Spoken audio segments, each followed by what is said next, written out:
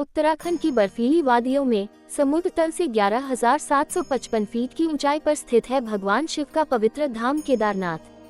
इसे 12 ज्योतिर्लिंगों में से एक माना जाता है। कहते हैं यहाँ आकर केवल दर्शन ही नहीं बल्कि आत्मा भी शांति का अनुभव करती है। कहानी की शुरुआत होती है एक युवा श्रद्धालु अर्जुन से, जो पहली बार केदारनाथ यात्रा पर निकला। उसके मन में बहुत से प्रश्न थे। क्या सच में इतनी ऊंचाई पर पहुंचकर भगवान शिव के दर्शन मिलेंगे? क्या इतनी कठिन चढ़ाई सफल होगी? लेकिन भीतर कहीं विश्वास था कि यह यात्रा उसे जीवन का नया अर्थ देगी। अर्जुन ने ऋषिकेश से यात्रा शुरू की। रास्ते में अलकनंदा और मंदाकिनी नदियों की कल-कल ध्वनि उसके मन को भक्ति से भर देती।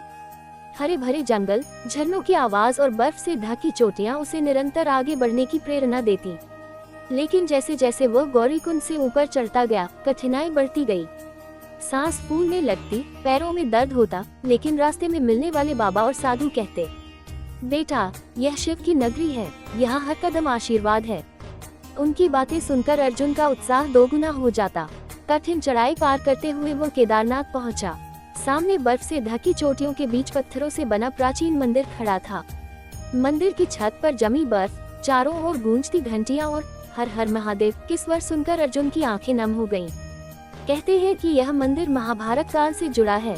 पांडव जब युद्ध में अपने पापों से मुक्त होने हिमालय आए, तब भगवान शिव उनसे बचने के लिए यहाँ गाय के रूप में प्रकट हुए। पांडवों ने जब उन्हें पहचान लिया तो भगवान शिव धरती में समा गए। केवल उनका कंधा यहाँ प्रकट हुआ और वही मंदिर की स्थापना हुई। अर्जुन जब मंदिर के गर्भगृह में पहुंचा, तो वह शिवलिंग को देखकर मंत्रमुग्ध रह गया। वह पिघलते आंसुओं के साथ प्रार्थना करने लगा, हे भोलेनाथ, मुझे भी शक्ति दो कि मैं अपने जीवन की कठिनाइयों का सामना कर सकूं। उस क्षण अर्जुन को लगा मानो मंदिर की दीवारें भी उसकी प्रार्थना सुन रही हों।